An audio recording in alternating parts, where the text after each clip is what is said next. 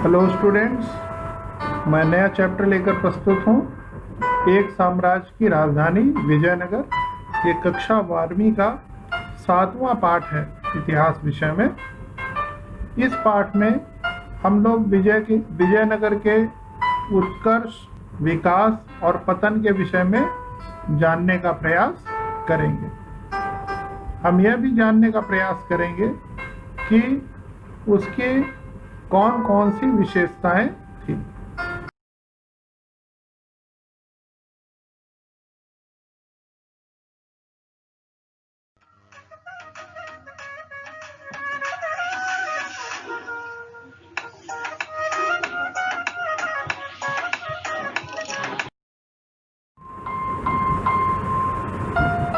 अगर हम देखें विजयनगर साम्राज्य में प्रशासन, तो बच्चों प्रशासन की सुविधा के लिए साम्राज्य को निम्न प्रकार से बांटा गया था। पहले पूरे साम्राज्य को प्रांतों में बांटा गया था, और अगर हम देखें तो कृष्णदेव राय के समय में सबसे ज्यादा जो है प्रांत थे, 6 थे बच्चों। फिर प्रांतों को मंडलों में विभाजित किया गया था, जिसे जिलों का समूह कहा जाता है, जिले कह सकते हैं। और फिर उसको कोट्टम या वलनाडु, जिनको जिला कहा जाता था, उसमें विभाजित किया गया। तो पूरे साम्राज्य को प्रांत में, फिर मंडलम में, फिर कोट्टम या वलनाडु में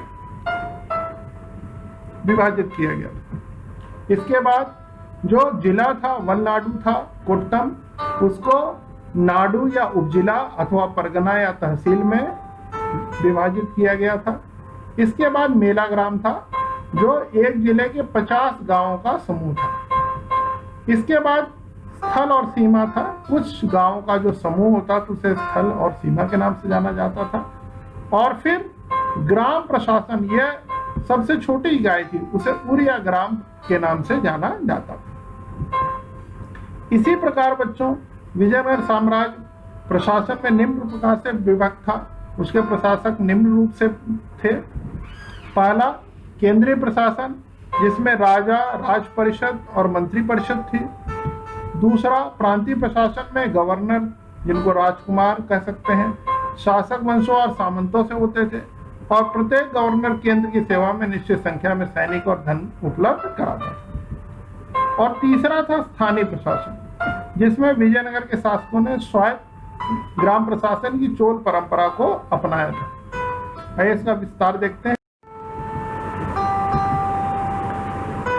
बच्चों, राजा की सहायता के लिए साम्राज्य के श्रेष्ठ विद्वानों से बना एक मंत्रिमंडल होता था, और प्रांतों के गवर्नर जो राजकुमार, शासक वंशों और सामंतों में से होते थे। और जैसा मैंने पहले बताया कि इनको केंद्र की सेवा में सैनिक और धन उपलब्ध कराना होता था। और ये प्रांतीय प्रशासक काफी सीमा तक स्वतंत्र होते थे। वो अपना दरबार लगाते थे, अपने अधिकारी नियुक्त करते थे और अपनी सेना को भी रखते थे। वे अपने छोटे सिक्के भी चला सकते थे। और साम्राज्य में कबलकार या अर्सुकोलकार नाम का एक अधिकारी होता था, जो प्राय सामाजिक और धार्मिक विषयों पर निर्णय देता था। इसी प्रकार साम्राज्य में बहुत से ऐसे क्षेत्र थे जो युद्धों में परास्त अधीनस्थ शासकों द्वारा शासित होते थे। और साम्राज्य का एक शक्तिशाली वर्ग था सेनापतियों का, जिन्हें सैन्य कमांडर कहा जाता था। इनको पलाईगार अथवा नायक कहते थे। पलाईगार या पॉलीगर के नाम से भी इनको जाना जाता था। और राजा इन सेनापतियों को अमरम या भूमि का एक टुकड़ा प्रदान करता था, एक क्षेत्र, निश्चित से क्षेत्र प्रदान करता था, जिसके द्वारा इन्हें साम्राज्य की सेवा के लिए पैदल सैनिकों, घुड़सवारों, हाथियों की निश्चित संख्या रखनी पड़ती थी। और नायकों को भी केंद्रीय राजस्व में एक निश्चित राशि देनी पड़ती थी। राजा को इन्हें काबू में रखने के लिए काफी कठिनाइयों का सामना करना पड़ता था। और विजयनगर साम्राज्य के उत्कर्ष और पतन में, विघटन में नायकों का बहुत बड़ा हाथ था। राज्य के शासन संचालन समय तंजौर और मदुरई के जो नायक थे, वह बार बार अपने आप को स्वतंत्र करने का मौका देखते रहते थे। विजयनगर साम्राज्य के प्रमुख अधिकारी अगर हम देखें, राय राजा है, उनके लिए यह टाइटल इस्तेमाल किया जाता था। इसी प्रकार महानायकाचार्य, ये ग्राम सभाओं का निरीक्षक अधिकारी होता था। दंड नायक ये सैनिक विभाग का प्रमुख तथा सेनापति होता था। प्रधानी अथवा महाप्रधानी ये मंत्री परिषद का प्रमुख होता था। रायसम इसको सचिव बोलते हैं। कर्णिकम लेखाधिकारी। अमर नायक, नायंकार या नायक ये सैन्य कमांडर थे या सैन्य मदद देने वाले सामंतों का वर्ग था। अयंगार ये वंशानुगत ग्रामीण अधिकारी होते थे। पलाईगार, पालीगर ये जमींदार थे। स्थानिक मंदिरों की व्यवस्था करने वाला। सेनेटेओवा ये ग्राम का लेखाधिकारी था। तलर ग्राम का रखवाला। गौड़ ग्राम प्रशासक। अंतरीमार ग्राम प्रशासन का एक अधिकारी। और परुपत्तिगार राजा या गवर्नर का प्रतिनिधि। बच्चों, एग्जाम की दृष्टि से बहुत ज्यादा महत्वपूर्ण नहीं है, परंतु हमें मालूम होना चाहिए कि उस समय किस प्रकार की शब्दावलियों का प्रयोग किया जाता था। केंद्रीय प्रशासनिक व्यवस्था अगर हम देखें तो जो विजयनगर साम्राज्य था वो प्राचीन राज्य की सप्तांग विचारधारा का अनुसरण करता था और यह अपने आप को हिंदू राज्य कहता था। हिंदू सुरताड़ा इसके लिए वर्ड जो है प्रयोग किया जाता था। राजा को राय कहा जाता था और वही राज्य एवं शासन का केंद्र बिंदु था। राजा के चुनाव में राज्य के मंत्री और नायक महत्वपूर्ण भूमिका अदा करते थे। और विजयनगर में संयुक्त शासक की भी परंपरा थी कि एक साथ दो शासक रहते। जैसे मैंने बताया, सदाशिव राय और उस समय आलिम राय ये दोनों एक साथ में ही शासन कर रहे थे। बच्चों, राजा का जो राज्याभिषेक था वह भव्य तरीके से किया जाता था और उसे प्रजा पालन निष्ठा की शपथ लेनी पड़ती थी। और उस समय जो प्रमुख अधिकारी होते थे वह वहां उपस्थित रहते थे। और अच्युत देव राय ने अपना राज्याभिषेक तो तिरुपति वेंकटेश्वर मंदिर में ही करा। राजा के बाद जो सबसे महत्वपूर्ण पद था वह युवराज का पद होता था। वह सबसे बड़ा पुत्र होता था या राज्य परिवार का कोई योग्य पुरुष था। और जब युवराज का राज्याभिषेक किया जाता तो उसे युवराज पट्टाभिषेकम कहते थे। और जैसा मैंने आपको पहले बताया कि संयुक्त शासन की परंपरा थी, तो हरिहर प्रथम, बुक्का प्रथम दोनों एक साथ में थे। और जब युवराज अल्पायु होते थे तो किसी मंत्री को उसका जो है संरक्षक नियुक्त कर दिया जाता था। जैसे मैंने आपको बताया, वीर नरसिंह, नरसा नायक और सदाशिव राय के समय राम राय को हमने देखा कि वह एक संयुक्त शासक के रूप में शासन कर रहा था। और यही संरक्षक व्यवस्था विजयनगर के पतन में बहुत ही महत्वपूर्ण जो है भूमिका अदा करती है, क्योंकि जैसे मैंने बताया कि सदाशिव राय की जगह पे राम राय ही ज्यादा निर्णय लेता था और उसी की नीतियों के कारण ही विजयनगर का पतन हो गया। हालांकि राजा निरंकुश होता था पर बर्बर नहीं होता था और उस पर कई तरह से नियंत्रण जो है रहता था जो मंत्री परिषद द्वारा किया जाता था। इसमें प्रधानमंत्री, मंत्री, उप मंत्री, विभागों के अध्यक्ष या कुछ नजदीकी संबंधी होते थे। इसी प्रकार मंत्री परिषद की अगर हम बात करें तो कुछ मंत्रियों के चयन में आनुवंशिक परंपरा का पालन होता था। और जो मंत्री परिषद का प्रमुख अधिकारी होता था उसे प्रधानी या महाप्रधानी कहा जाता था। आज के समय के प्रधानमंत्री से इसकी तुलना कर सकते हैं और उस समय मराठा कालीन पेशवा से की जा सकती है। यह राजा और युवराज के बाद तीसरे स्थान पर होते थे और मंत्री परिषद में कुल 20 सदस्य होते थे। मंत्री परिषद के अध्यक्ष को सभा नायक कहा जाता था। कभी कभी प्रधानमंत्री अध्यक्षता भी करता था। इसी प्रकार बच्चों, राज परिषद प्रांतों के नायकों, सामंत शासकों, विद्वान राज्य के राजदूतों को शामिल करके गठित किया गया था। एक विशाल संगठन था, यानी विजयनगर साम्राज्य में जो विदेशी राजदूत थे वह भी शासन, संचालन, प्रशासन में भाग लेते थे।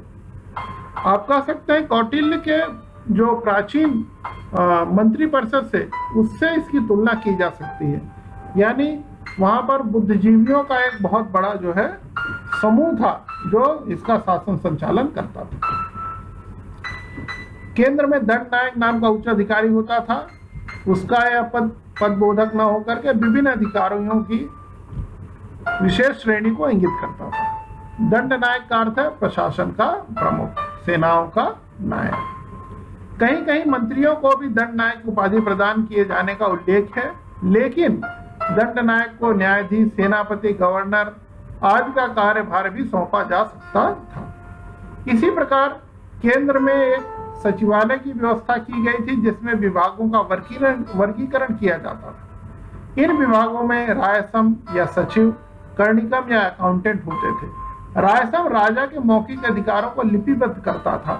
जो भी राजा आदेश देता था उसको नोट करता था और उसको सबको देता था। अन्य विभाग और उनके अधिकारी जैसे माननीय प्रधान, गृह मंत्री, मुद्राकर्ता, शाही मुद्रा को रखने वाले अधिकारी भी होते थे। प्रांतीय प्रशासन। प्रांतीय प्रशासन को अगर हम देखें तो विजयनगर साम्राज्य को प्रांतों में विभाजित किया गया था जिसे राज्य मंडल कहा जाता था। इसका जो क्रम था, प्रांतों को मंडल, कोट्टम या वलनाडु में विभाजित किया गया था। फिर वलनाडु को नाडु या तालुका में, और फिर नाडु या तालुका को मेला ग्राम में, और मेला ग्राम को उरिया ग्राम में विभाजित किया गया था। इसी को ही अगर हम देखें, जो मंडल या कोट्टम है या वलनाडु है, उसके नीचे का जो विभाजन है, प्रशासकीय विभाजन है, उसको देखें, जो एडमिनिस्ट्रेटिव डिवीजन है, उसको प्रकोट्टम कहा जाता है, जिसमें नाडु, मेला ग्राम और उर ग्राम शामिल है। इसमें जो अधिकारी होते थे वो इस प्रकार से रखे जाते थे कि शासन प्रशासन सकुशल रूप से संचालित हो। एक मेला ग्राम के अंतर्गत 50 गांव होते थे, और जो उरिया ग्राम है वह प्रशासन की सबसे छोटी इकाई थी, और इन सम गांव के समूह को स्थल या सीमा भी कहा जाता था। और जैसा मैंने पहले ही बताया कि प्रांतों के गवर्नर के रूप में राज परिवार के व्यक्तियों, कुमार या राजकुमार को ही नियुक्त किया जाता था, और इनके बहुत से अधिकार होते थे। संगम युग में जो गवर्नर थे उनमें शासन करने वाले राजकुमारों को उरैयर की उपाधि मिली हुई थी, और चोल युग और विजयनगर युग के राजतंत्र में जो सबसे बड़ा अंतर था वह था न्यायकार व्यवस्था। उसको हम जानेंगे। कृष्णदेव राय के शासनकाल में प्रांतों की संख्या सर्वाधिक 6 थी। यह पहले भी हम लोग चर्चा कर चुके। न्यायकार व्यवस्था या अमर न्याय प्रणाली। जो अमर नायक थे वो सैन्य कमांडर थे। हालांकि इसकी उत्पत्ति के विषय में मतभेद है। कुछ विद्वानों का मानना है कि अमर शब्द संस्कृत के समर शब्द से बना है, जिसका अर्थ है युद्ध। कुछ का मानना है कि विजयनगर साम्राज्य की सेना के सेना नायकों को नायक कहा जाता था। कुछ का मानना है कि नायक भू सामंत होते थे, जिन्हें वेतन के बदले स्थानीय सेना के खर्च को चलाने के लिए विशेष भूखंड, जिसे अमरम कहा जाता था, दिया जाता था। चूंकि ये अमरम भूमि का प्रयोग करते थे, इसीलिए इन्हें अमर नायक भी कहा जाता था। तो इस प्रकार से दो थ्योरी है। हमारी किताब में वो अमर शब्द संस्कृत के समर शब्द से बना है, इसका प्रयोग किया गया। अमरम भूमि की जो आय होती थी उसका एक हिस्सा केंद्रीय सरकार के कोष के लिए देना होता था। बाकी जो बची हुई धनराशि थी उसके द्वारा नायक को उस क्षेत्र में शांति, सुरक्षा एवं अपराधों को रोकने के लिए, उसके विकास के लिए खर्च करना पड़ता था। उसे जंगलों को साफ करवाना, कृषि योग्य भूमि का विस्तार भी करना होता था। साथ ही सेना का रखरखाव भी उसको सुनिश्चित करना होता था। इनका पद आनुवंशिक होता था और नायकों का स्थानांतरण नहीं होता था। फिर भी जो राजा थे कोशिश करते थे कि इनको जो है, इनका जो क्षेत्र है उससे उनको एक जगह से दूसरी जगह स्थानांतरित किया जाए।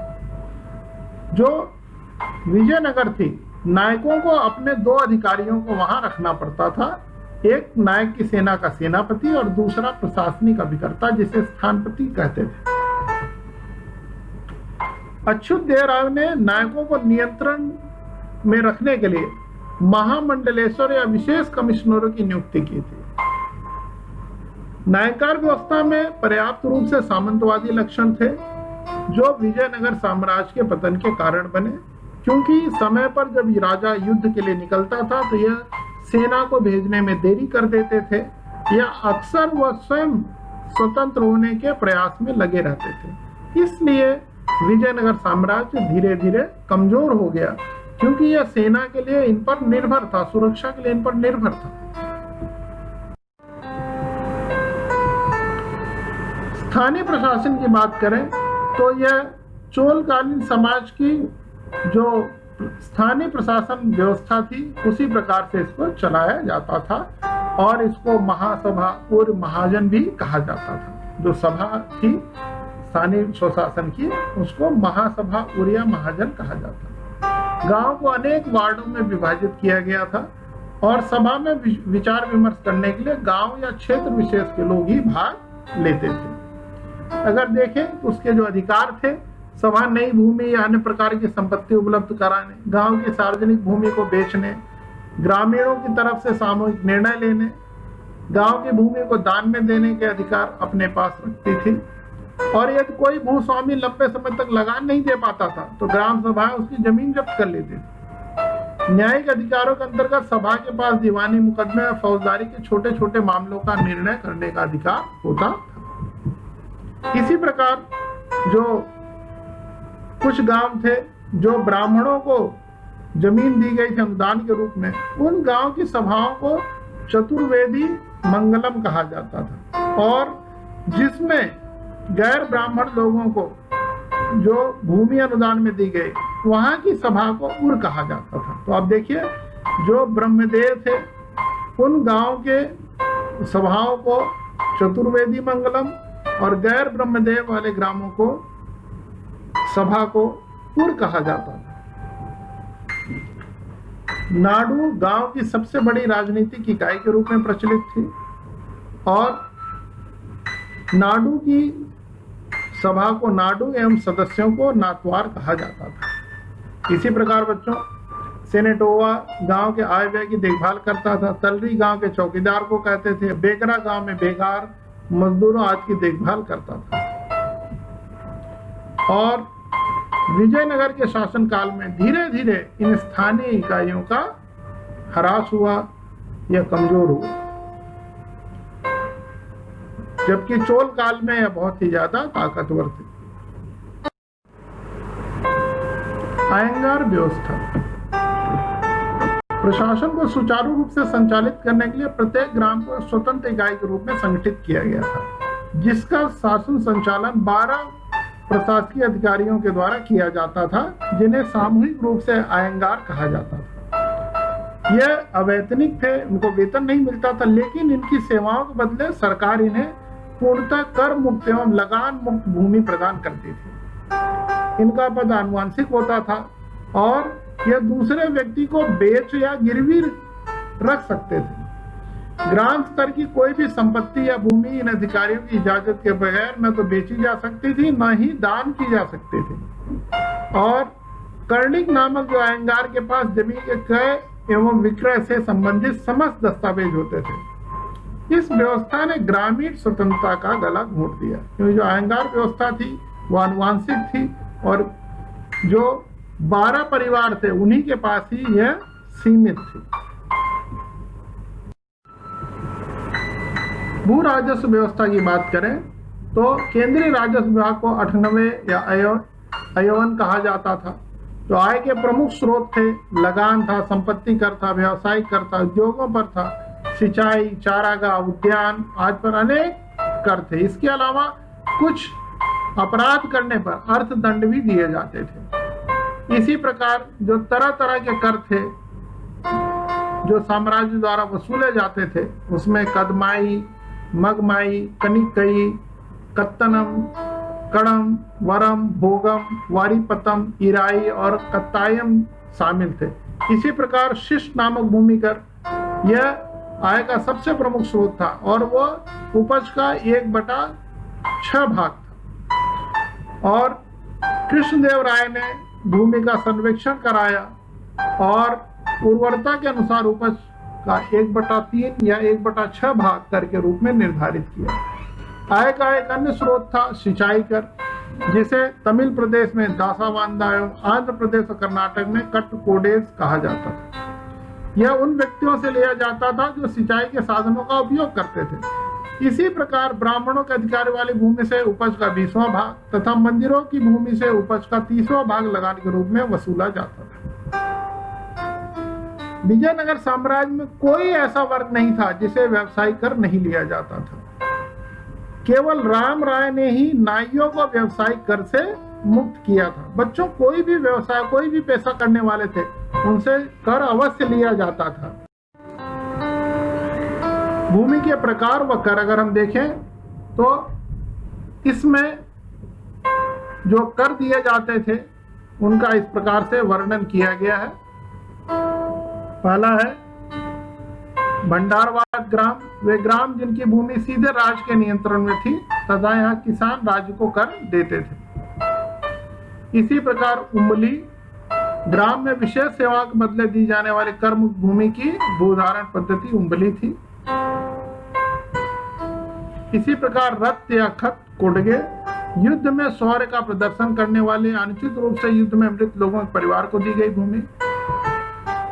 इसी प्रकार कुटगी, ब्राह्मण, मंदिर, बड़े भूस्वामी जो स्वयं खेती नहीं कर सकते थे, वह खेती के लिए किसानों को पट्टे पर भूमि देते थे। तो पट्टे पर ली गई भूमि को कुटगी कहा जाता था। इसी प्रकार कुदी, वे कृषक मजदूर होते थे जो भूमि के क्रय विक्रय के साथ ही हस्तांतरित हो जाते थे, परंतु उन्हें इच्छापूर्वक कार्य से विलग नहीं किया जा सकता था। इस समय विजयनगर में मंदिरों की महत्वपूर्ण भूमिका होती थी। वे सिंचाई परियोजनाओं के साथ साथ बैंकिंग गतिविधियों का भी संचालन करते थे। इनके पास सुरक्षित भूमि को देवदान अनुदान कहा जाता था। एक शिलालेख के उल्लेख के अनुसार उस समय मंदिरों में लगभग 370 तक कृषक मजदूर होते थे। व्यापार की चर्चा करें तो व्यापार मुख्यतः चेट्टियों के हाथों में केंद्रित था और दस्तकार वर्ग के व्यापारियों को वीर पांचाल कहा जाता था। विजयनगर काल में मलाया, बर्मा, चीन, अरब, ईरान, अफ्रीका, अब्सीनिया एवं पुर्तगाल से व्यापार होता था। अगर हम देखें मुख्य निर्यात की जो वस्तुएं थी वह थी कपड़ा, चावल, गन्ना, इस्पात। बच्चों, इस्पात मतलब लोहा, मसाले, इत्र, सोरा, चीनी। आयात की जाने वाली वस्तुएं थी अच्छी नस्ल के घोड़े, क्योंकि घोड़े हमारे देश में नहीं पाए जाते, हाथी दांत, मोती, बहुमूल्य पत्थर, नारियल, पाम, नमक आदि। मोती फारस की खाड़ी से तथा बहुमूल्य पत्थर पेगू से बनाए जाते थे। नूनीज ने विजयनगर को हीरो के ऐसे बंदरगाह की चर्चा की है जहां विश्व भर में सर्वाधिक हीरो की खानें पाई जाती थी।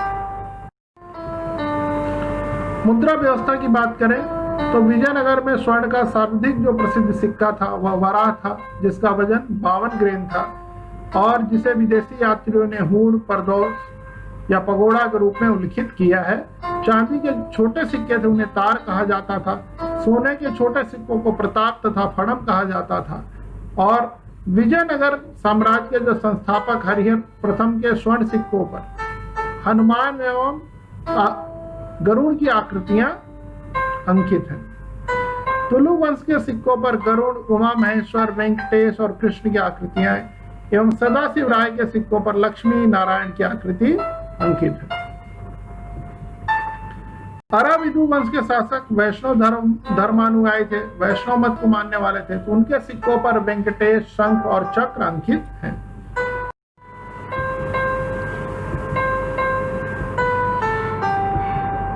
आप बीच में देख सकते हैं कि इस प्रकार से अलग अलग आकृतियों को अंकित किया गया है।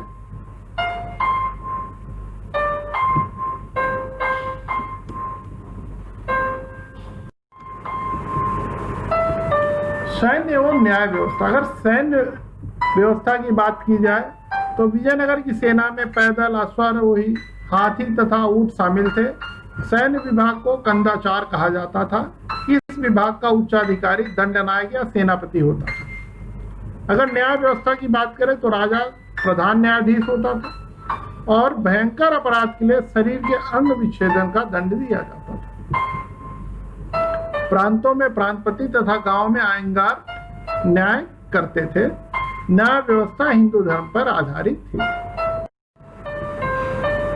सामाजिक दशा की बात करें तो विजयनगर साम्राज्य में 4 वर्ग जो है देखने को मिलते हैं। पहला विप्रलु है, जिसको ब्राह्मण कहते हैं, राजलु क्षत्रिय, मोती कीर्तलु वैश्य और नलव जटिवे शूद्र। समाज में ब्राह्मणों को उच्च स्थान प्राप्त था। हालांकि क्षत्रियों के बारे में विजयनगर कालीन समाज में जानकारी नहीं प्राप्त होती। मध्यम वर्गीय लोगों में सेट्टियों एवं चेट्टियों का महत्वपूर्ण स्थान था और व्यापार इन्हीं के द्वारा संचालित किया जाता था। इसी प्रकार चेट्टियों की तरह व्यापार में निपुण दस्तकार वर्ग के लोगों को वीर पांचाल कहा जाता था और उत्तर भारत से दक्षिण भारत में जो आकर के बस गए थे लोग, उन्हें बड़वा कहा जाता था। इसी प्रकार निम्न व छोटे समूह के अंतर्गत लोहार, बढ़ई, मूर्तिकार, स्वर्णकार व अन्य धातुकर्मी तथा जुलाहे आते थे और यह मंदिर क्षेत्र में ही रहते थे और साथ ही मंदिर प्रशासन और स्थानीय घरों के आरोपण में उनका सहयोग होता था। सामाजिक दशा की बात करें तो समाज में दास प्रथा देखने को मिलती है। इसमें महिला और पुरुष दोनों होते थे और मनुष्यों के खरीदे और बेचे जाने को बेसवाक कहा जाता था। यदि लिए गए ऋण को न दे पाने या दिवालिया होने की स्थिति में ऋण लेने वाले को दास बनना पड़ता था। स्त्रियों की स्थिति अगर देखें तो उनकी स्थिति विजयनगर साम्राज्य में सम्मानजनक थी। विजयनगर साम्राज्य ही एकमात्र ऐसा साम्राज्य था जिसमें विशाल संख्या में स्त्रियों को राजकीय पदों पर नियुक्त किया गया था, किंतु समाज में बाल विवाह, देवदासी और सती प्रथा जैसी कुप्रथाएं भी विद्यमान थी। राजा की अंगरक्षिकाओं के रूप में स्त्रियों की नियुक्ति होती थी। इसी प्रकार समाज में गणिकाओं का भी एक महत्वपूर्ण स्थान था। यह 2 तरह की होती थी, मंदिरों से संबंधित। मंदिरों में देव पूजा में रहने वाली स्त्रियों को देवदासी कहा जाता था। यह आजीवन कुंवारी रहती थी। इसी प्रकार स्वतंत्र ढंग से जीवन यापन करने वाली यह पर्याप्त शिक्षित तथा विशेषाधिकारी संपन्न होती थी। राजा एवं सामंत लोग बिना किसी आपत्ति के इनसे संबंध बनाते थे। धार्मिक एवं सांस्कृतिक स्थिति अगर हम देखें तो विजयनगर कालीन समाज में सती प्रथा का प्रचलन केवल नायकों एवं राज परिवार तक ही सीमित था। एडवर्ड बारबोसा भी विजयनगर में प्रचलित सती प्रथा का उल्लेख करता है। हालांकि राज्य ने सती प्रथा को प्रश्रय नहीं दिया, परंतु फिर भी यह अक्सर देखने में मिलता था। युद्ध में शौर्य का प्रदर्शन करने के कारण व्यक्तियों को सम्मान के रूप में पैर में कड़ा पहनाया जाता, जिसे गणपेद्र कहा जाता था। बाद में सम्मान सैनिक सम्मान के रूप में मंत्रियों, विद्वानों, सैनिकों में अन्य सम्मानीय व्यक्तियों को दिया जाने लगा। विजयनगर के जो राजा थे वह शिक्षा को प्रत्यक्ष प्रोत्साहन नहीं देते थे, परंतु शिक्षा के लिए मंदिर, मठ, अग्रहार यह निरंतर प्रयास में लगे थे और यह मुख्य शिक्षा के केंद्र थे और मुख्यतः वेदों की शिक्षा दी जाती थी। मनोरंजन के क्षेत्र में नाटक और संगीतमय अभिनय, जिसे यक्षगान कहा जाता था, उसका प्रचलन था। इसी प्रकार बोम घाट, छाया नाटक काफी सराहा जाता था। इसके अलावा शतरंज, जुआ, पासे के खेल भी चलन में थे। कृष्णदेवराय स्वयं शतरंज के खिलाड़ी थे।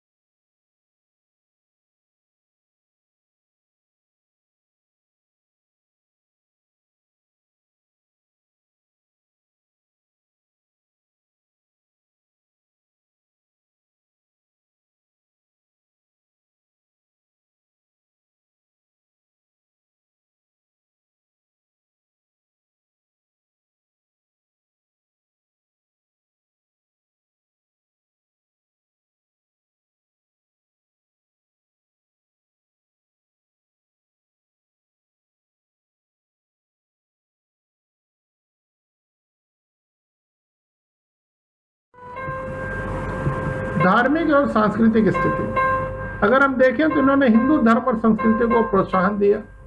हालांकि राज्य में अन्य धर्म और संस्कृति के लोग थे, उनको भी उन्होंने धार्मिक सहिष्णुता की नीति का अनुसरण किया, परंतु फिर भी विजयनगर के शासकों ने हमेशा से जो स्थापत्य कला थी, नाट्य कला, प्रतिमा कला, भाषा और साहित्य के क्षेत्र में विशेष रुचि दिखाई, और यह दक्षिण भारत का एकमात्र हिंदू राज्य था। बच्चों, विजयनगर साम्राज्य में दक्षिण भारतीय भाषाओं तेलुगु, कन्नड़, तमिल के अतिरिक्त संस्कृत भाषा का भी विकास हुआ। वेदों के प्रसिद्ध भाष्यकार सायण तथा माधव विद्यारण विजयनगर के ही थे।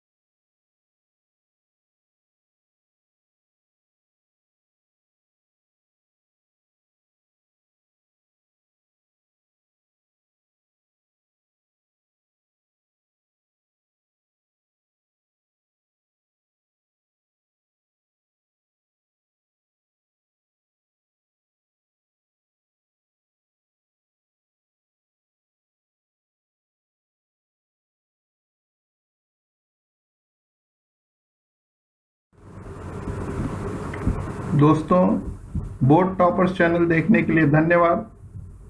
दोस्तों, बोर्ड टॉपर्स क्लासेस चैनल आपके समर्थन से चल रहा है, तो ज़्यादा से ज़्यादा इसको लाइक करें, शेयर करें और सब्सक्राइब करें तथा बेल आइकन दबा करके नोटिफिकेशन प्राप्त करें, जिससे जैसे ही चैनल पर कोई नया वीडियो अपलोड हो तो आपको मिल जाए। साथ में अपने कमेंट्स देकर अपनी प्रतिक्रिया दें और अपने अमूल्य सुझाव दे करके हमारा हौसला बढ़ाएं। धन्यवाद।